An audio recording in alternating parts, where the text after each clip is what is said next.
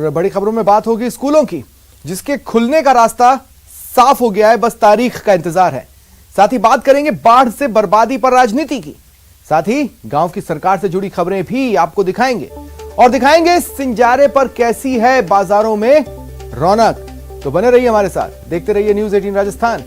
शुरुआत करते हैं स्कूलों की खबर से। स्कूल अनलॉक होंगे। सितंबर के पहले हफ्ते के बाद प्रदेश में कक्षा 9 से 12वीं तक के लिए स्कूल खोले जा सकते हैं। सचिवालय में ग्रुप ऑफ मिनिस्टर्स की बैठक हुई। इसके बाद इस पर सहमति बनी कि बड़े बच्चों यानी क्लास 9th से 12th तक के लिए स्कूल खोल दिए जाएं, लेकिन छोटे बच्चों यानी क्लास 1 से 8 तक के स्कूल अभी नहीं खोले जाएंगे। कई राज्यों में स्कूल खोले जा रहे हैं, जिसे लेकर सचिवालय में मंथन हुआ। और इस बीच तीसरी लहर की जो आशंका है, आईसीएमआर की जो रिपोर्ट है, इस पर भी मीटिंग में चर्चा की गई। कोचिंग और कॉलेजेस 15 अगस्त के बाद खोले जा सकते हैं। सूत्र बता रहे हैं कि जो स्टूडेंट्स 18 साल से अधिक उम्र के हैं, जिनको वैक्सीन की पहली डोज या दोनों डोज लग चुकी है, उन्हें कॉलेज या कोचिंग में बुलाया जा सकता है।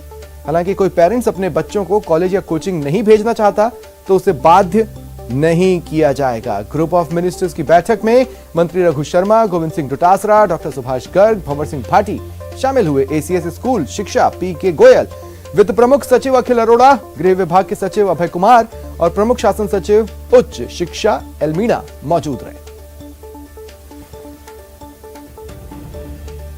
बड़े जो बच्चे हैं उनके लिए ज्यादा सहमति बनी है, छोटे बच्चों के लिए कम सहमति बनी है, लेकिन ओवरऑल सारी स्थितियों को देख करके और फिर जो जिसके पास में जो भी फीडबैक था, अधिकारियों के पास में, जनप्रतिनिधियों के पास में, उस सब फीडबैक के साथ में एक सर्वसम्मति से हमने एक रिपोर्ट बनाई है जो माननीय मुख्यमंत्री जी तक जाएगी और मैं समझता हूँ सुबह से हमने फैसला होगा। प्रदेश में शिक्षण संस्थानों को खोलने के लिए आज मंत्री समूह की अहम मीटिंग से उन अभिभावकों को बड़ी राहत मिली है जो लंबे समय से स्कूल खोलने की मांग कर रहे थे। आज मंत्री समूह की अहम बैठक में इस बात पर सहमति बन गई है कि प्रदेश में शिक्षण संस्थान खोले जाए। समूह आज मुख्यमंत्री अशोक गहलोत को अपनी रिपोर्ट सौंपेगा। इसके बाद मुख्यमंत्री यह निर्णय लेंगे कि प्रदेश में कब से शिक्षण संस्थान खोले जाए, लेकिन यह तय माना जा रहा है कि 15 अगस्त के आसपास प्रदेश में स्कूल खुल जाएंगे। प्रेम मीणा, न्यूज 18 जयपुर। और सहयोगी प्रेम मीणा इस वक्त हमारे साथ लाइव जुड़ रहे हैं। प्रेम, देखिए बड़ी तलवार की धार पे चलने वाली बात है ये, आप रिस्क ले रहे हैं और दूसरी बात यह है कि हमने देखा है पिछले 1.5-2 साल से कि अभिभावक और जो स्कूल्स हैं वो आपस में टकरा रहे हैं। एक बार स्कूल खुले तो उसको एक तरह से दावत भी मिल सकती है, हो सकता है स्कूल ज्यादा फीस मांगने लगे। कहने का मतलब यह है कि सरकार जो फैसला ले रही है उसकी मॉनिटरिंग की बहुत ज्यादा जरूरत होगी।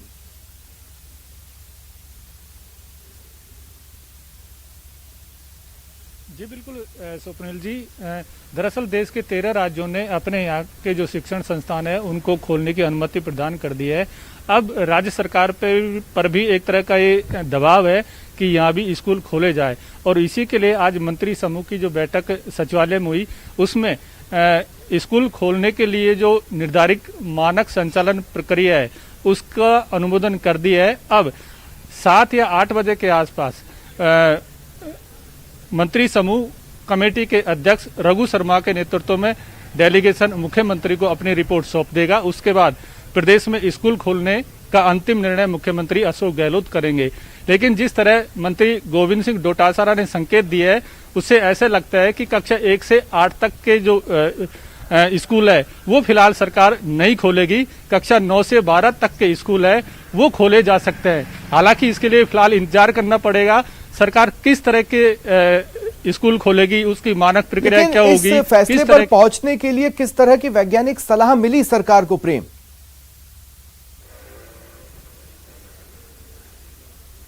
देखिए ये सवाल हमने शिक्षा राज्य मंत्री गोविंद सिंह डोटासरा से किया था, तो उनका कहना था कि मुख्यमंत्री ने जो मंत्री समूह का गठन किया है उसने देश के अन्य राज्यों में जहां स्कूल खुली हुई है वहां के एक्सपर्टों से बात की, वहां के शिक्षण संस्थानों के जो प्रमुख है उनसे बातचीत की, राज्य सरकार के अफसर है वहां गए बातचीत करने के लिए, उनके विचार जाने, उन्होंने किस तरह की गाइडलाइन जारी की है, इन सब का एक अध्ययन किया गया था। उस अध्ययन रिपोर्ट के आधार पर ही राज्य सरकार है वो स्कूल खोलने की तैयारी कर रही है।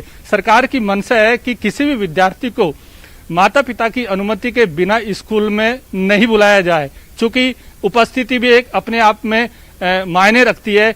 तो उपस्थिति शुक्रिया प्रेम हमारे साथ जुड़ने के लिए और तमाम जानकारी के लिए। और मेरे पीछे आप तस्वीर देख रहे हैं बर्बादी की। ये भी जान ले कि बर्बादी पर राजनीति भी हो रही है। पूर्व मुख्यमंत्री वसुंधरा राजे लगातार झालावाड़ जिले के दौरे कर रही हैं, क्षेत्र के लोगों से मुलाकातें हो रही हैं, उनकी समस्याएं सुन रही हैं। राजे ने खानपुर उपखंड समेत जिले के बाढ़ प्रभावित इलाकों में हुए नुकसान का जायजा लिया और लोगों को हर संभव मदद का भरोसा दिलाया। इसके बाद वसुंधरा राजे प्रसिद्ध जैन तीर्थ पहुंची, जहां उन्होंने मंदिर में चतुर्मास कर रहे दिगंबर जैन मुनि सुधा सागर जी महाराज से आशीर्वाद लिया। काफी देर तक बातचीत की।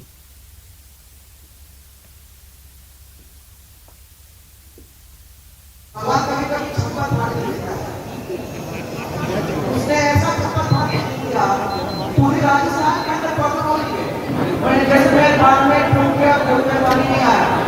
मैंने हनुमानगढ़ मेरा पसंद किया कि थोड़ा बहुत कम आया। मैंने जगह जगह पे आपके पूरे से बात किया, वहाँ भी पानी का साधा था, वो नहीं आया। बल्कि यहाँ पूरे हड़ौती क्षेत्र के अंदर 56 और बीजेपी प्रदेश अध्यक्ष सतीश पूनिया ने गहलोत सरकार पर बाढ़ से उपजे हालात से निपटने में नाकाम रहने का आरोप लगाया। पूनिया ने कहा, जान माल की भारी तबाही के बावजूद सरकार लोगों को राहत देने के बजाय लीपापोती में जुटी है। ये सरकार अपनी कुर्सी बचाने का डिजास्टर मैनेजमेंट जानती है, लोगों को बचाने का नहीं। 12,000 से भी ज्यादा मकान क्षतिग्रस्त हुए और लगभग 4,000 खेती का रकबा जिस पर सीधा सीधा संकट आया, 4 लाख रकबे का हेक्टेयर का।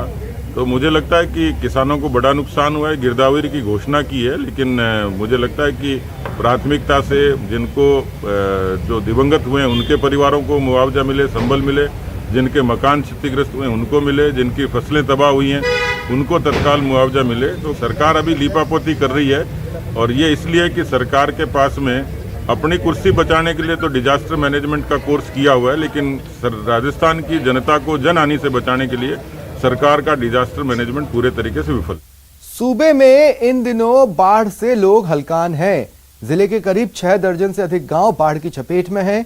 जिला प्रशासन और एसडीआरएफ की टीम लगातार रेस्क्यू ऑपरेशन चला रही है, लेकिन बाढ़ के बहाने सियासी जमीन पुख्ता करने में जुटी बीजेपी प्रदेश सरकार पर खासी हमलावर है।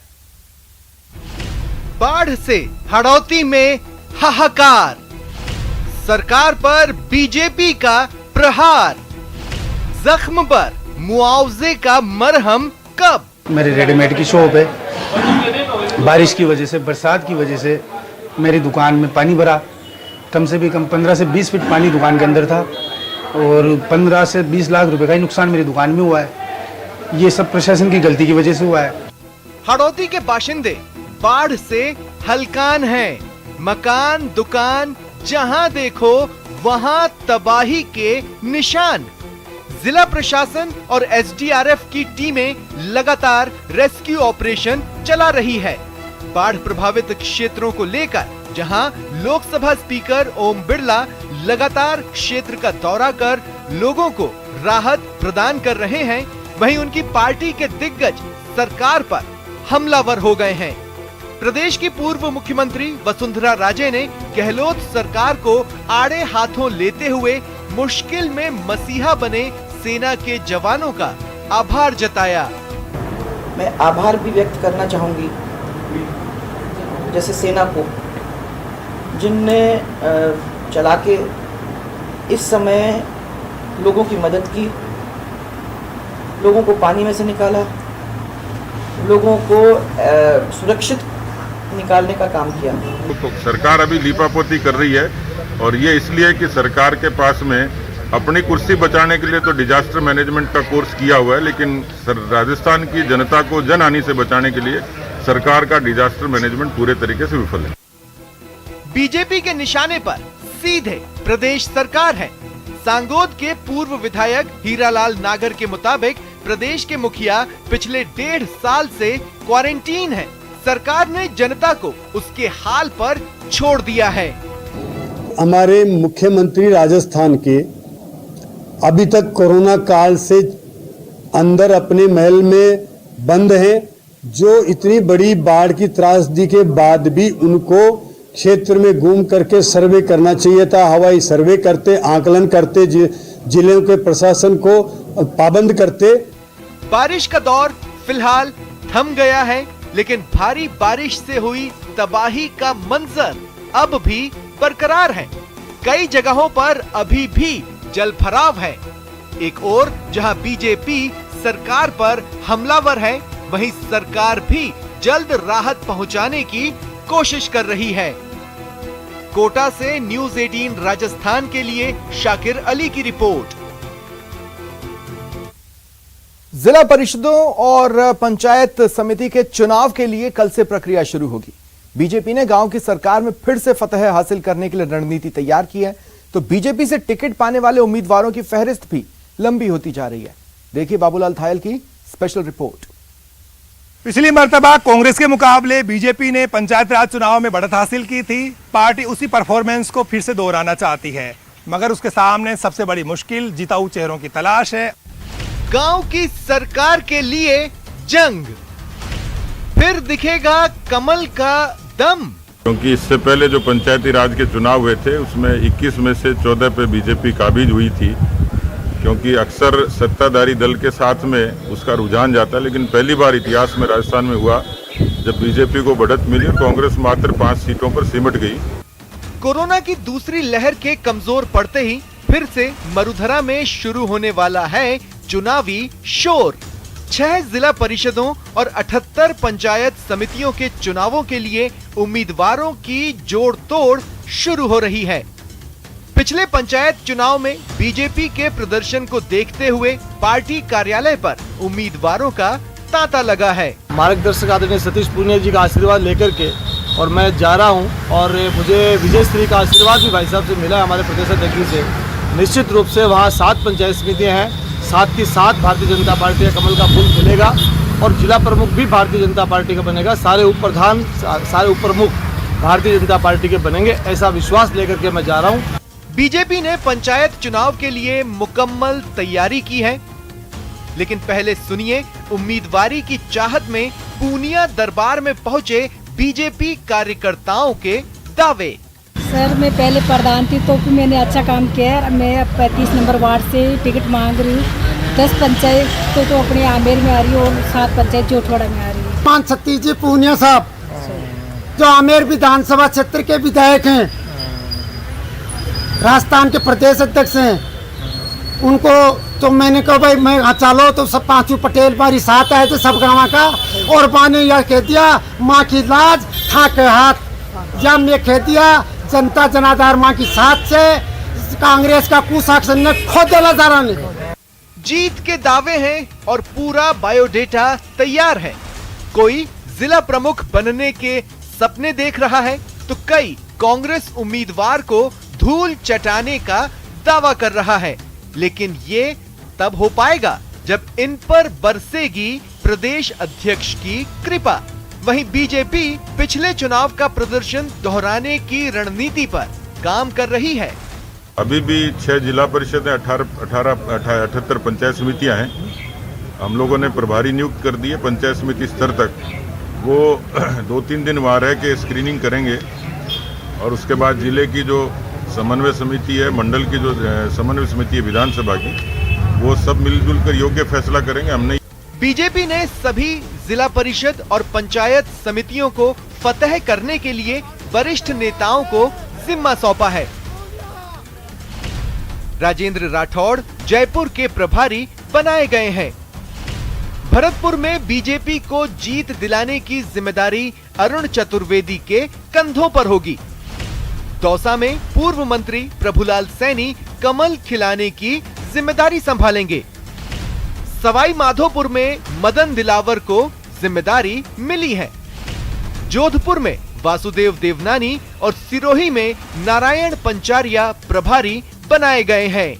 गांव की सरकार यानी सत्ता की सीढ़ी, और इस सीढ़ी पर सवारी के लिए चाहिए टिकट। सो नेताओं के दरवाजों पर दावेदारों की भीड़ उमड़ने की शुरुआत हो चुकी है, लेकिन सत्ता की डगर इतनी आसान भी नहीं होती है। यानी मुकाबले के लिए तैयार है मरुधरा। ऐसे में कांग्रेस को हल्के में आंकना भी बीजेपी के लिए बड़ी भूल साबित हो सकती है। कैमरा पर्सन बलबीर राठौड़ के साथ बाबूलाल धायल, न्यूज़ 18 जयपुर। और दौसा से बड़ी खबर मिल रही है, यहाँ 3 बच्चे तालाब में डूब गए। तीनों की मौत की खबर है। सदर थाना क्षेत्र के भगलाव गांव में ये घटना सामने आई है। गांव में ही किसी प्रोग्राम में शामिल होने के लिए ये बच्चे आए थे, लेकिन इस हादसे का शिकार हो गए। तालाब गए थे ये बच्चे, वहां पर तीनों ही डूब गए, जिससे उनकी मौत हो गई। भगलाव गांव में ये घटना सामने आई है। गांव में सन्नाटा सा पसर गया है। हर किसी को जिसे इस खबर के बारे में सूचना मिली वो शॉक्ड रह गया। एक प्रोग्राम जिसमें शामिल होने के लिए तीनों बच्चे आए थे, वो तालाब में डूबकर मारे गए। ज्यादा जानकारी के लिए बात करते हैं सहयोगी आशीष से। आशीष, क्या जानकारी है? बिल्कुल, ये दौसा के समीपवर्ती गांव भगलाई है। यहाँ पर एक तालाब के अंदर के तीनों बच्चे नहाने के लिए चले गए, क्योंकि इनके जो तालाब के पास इनके कपड़े खुले हुए हैं और नहाने जैसे ही चले गए तो ये तीनों के तीनों डूब गए। कई घंटे बाद जब ये बच्चे दिखाई नहीं दिए तो ग्रामीणों ने इनको तलाश किया तो ये तालाब में दिखाई दिया। अभी तीनों को अस्पताल लाया गया है, जहां चिकित्सकों ने तीनों को मृत घोषित कर दिया है। ये जिले के गडोरा गांव के रहने वाले तीनों बच्चे थे, जो अपने मामा के यहाँ बगलाव गांव में आए थे, जहां एक सौमणि का कार्यक्रम था। इसी कार्यक्रम के दौरान ये तालाब के पास चले गए और ये पूरा घटनाक्रम हुआ। 3 जो मृतक बच्चे हैं, इसमें 2 सगे भाई हैं और जो तीसरा मृतक है वो कजिन। वहाँ कोई नहीं था, किसी ने देखा भी नहीं? बिल्कुल, ये जो तालाब है ये गांव से बिल्कुल साइड में है, वहां पर कोई आता जाता नहीं है और सौमणि का कार्यक्रम था। ऐसे में सारे गांव वाले उस कार्यक्रम में व्यस्त थे और इसी दौरान पीछे से यह हादसा हुआ। जब ये शव ऊपर तैरते हुए नजर आए तब ग्रामीणों को पता चला। उसके बाद में इन शवों को निकालकर अब हॉस्पिटल लाया गया है। तीनों बच्चों को मोर्चरी में रखवा दिया गया है। पूरे गाँव में गमगीन माहौल है, परिजनों का रो रो कर बुरा हाल है। चलिए, शुक्रिया आशीष तमाम जानकारी के लिए। और वक्त एक ब्रेक का। ब्रेक के बाद बात उपचुनावों से पहले बीजेपी के आदिवासी कार्ड की।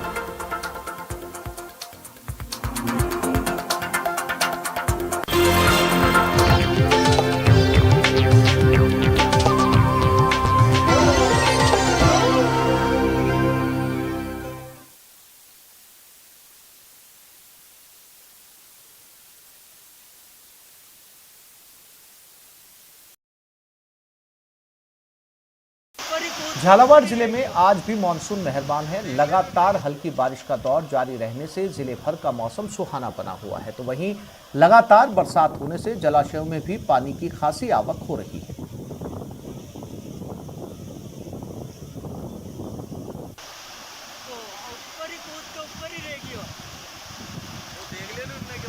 बरसात से मनोहर थाना क्षेत्र का कालीखाट डैम लबालब भर गया, तो वहीं काली सिंध नदी पर बने काली सिंध डैम का भी एक गेट खोलकर पानी की निकासी की जा रही है।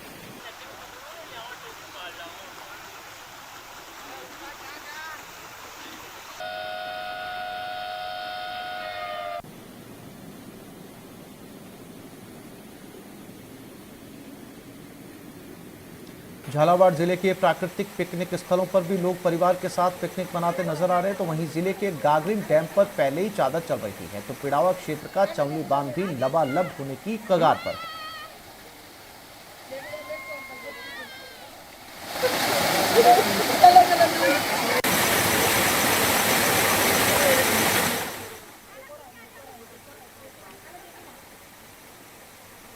और दौसा में बरसात सब कुछ डुबोने पर आमादा है। बारिश के पानी में शिव पंचायत डूब सी गई है। कली गांव का शिव मंदिर जलमग्न हो गया और केवल मंदिर में त्रिशूल ही इस वक्त नजर आ रहा है। तस्वीरों के जरिए आप देख सकते हैं।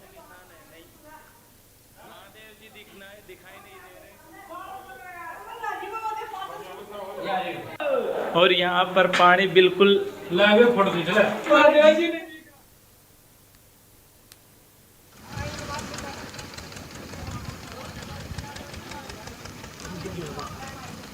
दौसा में बरसात से रेलवे के अंडरपासों में पानी भर गया। रेलवे अंडरपास में पानी भर जाने के चलते अंडरपास में कार बह गई। इस कार में 2 लोग सवार थे। कार सवार लोगों ने बमुश्किल अपनी जान बचाई है।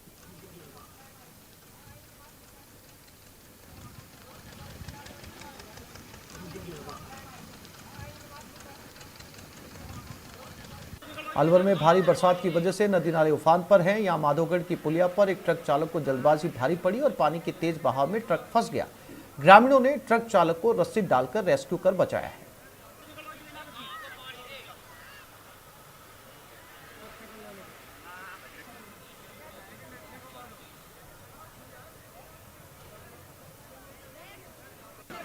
अलवर में नदी की पाल टूटने से धर्मपुरा के आसपास बसे आधा दर्जन गांव में पानी घुसने लग गया। पानी के तेज बहाव से हजारों बीघा फसल बर्बाद हो गई। प्रशासन की लापरवाही के चलते पाल टूटने से गांव में खतरा पैदा हो गया।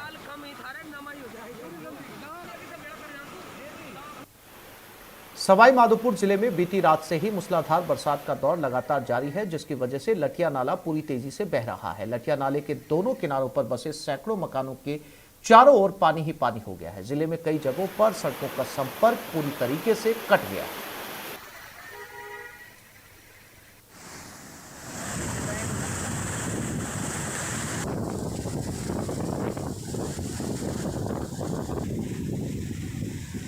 कोटा में इटावा क्षेत्र में लगातार बारिश जारी है, जिसकी वजह से खातोली करवाड़ के बीच मदनपुरा गांव के पास सड़क की पुलिया क्षतिग्रस्त हो गई। पुलिया का आधा हिस्सा बह गया, लेकिन इसके बाद भी लोग इस सड़क से गुजर रहे हैं, जिससे कभी भी बड़ा हादसा हो सकता है। सवाई माधोपुर भारी बरसात की वजह से सड़कों पर बने नाले उफान पर हैं, लेकिन लोग फिर भी जान जोखिम में डालकर इन नदी नालों को पार करने में लगे हुए हैं। बारिश की वजह से सड़कों का संपर्क कई जगहों पर पूरी तरीके से कट चुका है।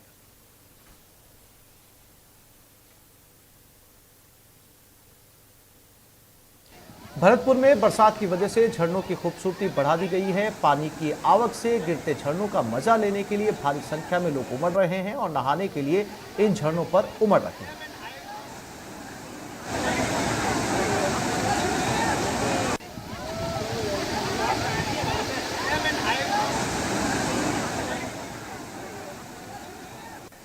भरतपुर में बरसात के साथ ही पहाड़ों से गिरते झरने पिकनिक स्पॉट में तब्दील हो गए। गर्मी के बाद बरसात से मिली राहत का मजा लेने के लिए लोग उमड़ रहे हैं, लेकिन मजे के बीच कोरोना गाइडलाइंस की धज्जियां भी जमकर उड़ा रहे हैं।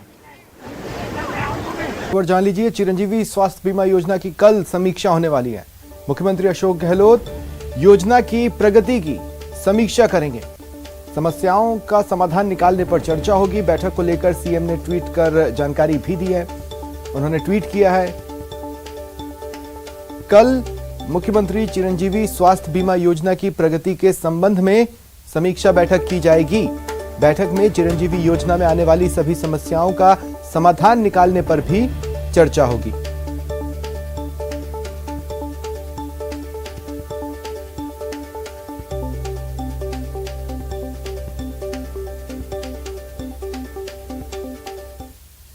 विधानसभा उपचुनावों से पहले बीजेपी ने आदिवासी कार्ड चल दिया है। पार्टी ने देवदर्शन प्लान बनाया है, जिसके तहत वो आदिवासियों की घर वापसी कराएगी। उपचुनाव से पहले बीजेपी का हिंदू कार्ड, देवदर्शन यात्रा बहाना, वोट बैंक निशाना, भटके आदिवासियों की होगी घर वापसी। प्रदेश में 2 सीटों पर होने वाले विधानसभा उपचुनाव से पहले आदिवासियों पर सियासत शुरू हो गई है। आदिवासी हिंदू हैं या नहीं, इस बात को लेकर कांग्रेस और बीजेपी आमने सामने है। अब बीजेपी का एसटी मोर्चा आदिवासी इलाकों में देव दर्शन यात्रा निकालने जा रहा है। बीजेपी का दावा है कि जो आदिवासी राह से भटके हैं, उनकी देव दर्शन यात्रा के जरिए घर वापसी कराई जा सकेगी। हमारे लोग ये कहते हैं, कई लोग ऐसे बेईमान लोग जो अपने आप को हिंदू नहीं मानते, वो शुद्ध रूप से राजनीति कर रहे हैं, और ये उनकी बेईमानी है। कहीं न कहीं राजनीति के स्वार्थ के लिए वो जाति को धर्म से अलग करने की कोशिश कर रहे हैं। जाति को अलग करने की उनकी ये कोशिश कभी कामयाब नहीं होगी। इसके लिए पूरे जनजाति मोर्चे ने एक मुहिम छोड़ रखी है। हम देवदर्शन यात्रा भी करेंगे। हमारे उन पटलों को, हमारी उन देवियों को, हमारी उन कुल देवियों को, हमारे उन देवताओं को, उन मंदिरों में हम अरदास भी करेंगे कि ऐसे लोगों को सद्बुद्धि दें। जब समाज संस्कारित होगा, समाज पढ़ लिख कर जागरूक होगा, तो ये समस्याएं अपने आप खत्म होंगी। लेकिन ये बात तय है कि कांग्रेस जो पहले नीति थी एक षड्यंत्र की, लोगों को बांटने की, आज उसी रास्ते पर कांग्रेस पार्टी चल रही है। ये जितने मसले हैं, ये कांग्रेस की सत्ता से बाहर रहने की हताशा के मुद्दे हैं कि देश में विभाजन कैसे हो, लोग जातियों में बंटे कैसे, ताकि उनका अपना वोट बैंक का उल्लू सीधा हो जाए। बीजेपी की देव दर्शन यात्रा को कांग्रेस एक एजेंडा बता रही है। कांग्रेस समर्थित विधायक रामकेश मीणा का दावा है कि बीजेपी और आरएसएस आदिवासियों को भटकाने वाले एजेंडे में कभी कामयाब नहीं होंगे। आदिवासियों के बारे में इनका ज्ञान बहुत सीमित है और ये आदिवासियों की जो मासूमियत है, जो शराफत है, उसको ये लोग अब तक उसको कमजोर समझ करके और उनको गुमराह करने का जो काम ये लोग करते आए हैं, ये मैं उनको साफ ये चेतावनी देता हूं बीजेपी और आरएसएस के लोगों को कि अब आपका ये जो एजेंडा है, ये एजेंडा अब चल नहीं सकता है। दरअसल प्रदेश के वागड़ मेवाड़ के इलाकों में आदिवासी सीटों पर कांग्रेस और बीटीपी की मजबूत पकड़ है। बीजेपी हिंदू कार्ड खेलकर आदिवासी वोटरों को पूरी तरह से अपने पाले में लाना चाहती है। मेवाड़ वागड़ के सियासी समीकरण पर नजर दौड़ाएं तो उदयपुर, बांसवाड़ा, डूंगरपुर, प्रतापगढ़ जिलों में आदिवासी वोटर्स का दबदबा है। उदयपुर की 8 विधानसभा सीटों में बीजेपी के पास 6 और कांग्रेस के पास 1 सीट है। वल्लभनगर की सीट कांग्रेस विधायक के निधन के बाद से खाली चल रही है। बांसवाड़ा की 5 सीटों में बीजेपी के पास 2, कांग्रेस के पास 2 और 1 पर निर्दलीय का कब्जा। प्रतापगढ़ जिले की 2 विधानसभा सीटों में कांग्रेस का 1 सीट पर कब्जा है। प्रतापगढ़ की 1 सीट बीजेपी विधायक गौतम लाल के निधन से खाली चल रही है। डूंगरपुर जिले की 4 सीटों में बीजेपी कांग्रेस के पास 1-1 सीट 2 बीटीपी के पास है। वागड़ अंचल की 2 विधानसभा सीटों पर चुनाव के आए आदिवासी हिंदू है या नहीं पर बहस शुरू हो गई। अब आदिवासियों को हिंदू नहीं बताने वाले नेताओं की सद्बुद्धि के लिए भारतीय जनता पार्टी देवदर्शन यात्रा निकालने जा रही है। मगर आने वाले चुनाव के अंदर आदिवासी किस पर अपना विश्वास करेंगे, ये तो चुनाव के परिणाम ही बताएंगे। मगर फिलहाल दोनों ही राजनीतिक दलों की बीटीपी ने भी नींद उड़ा रखी है। कैमरा पर्सन बलवीर और सहयोगी दिनेश शर्मा के साथ लवली वधवा, न्यूज़ 18 राजस्थान, जयपुर। और वक्त एक ब्रेक का, ब्रेक के बाद बात करेंगे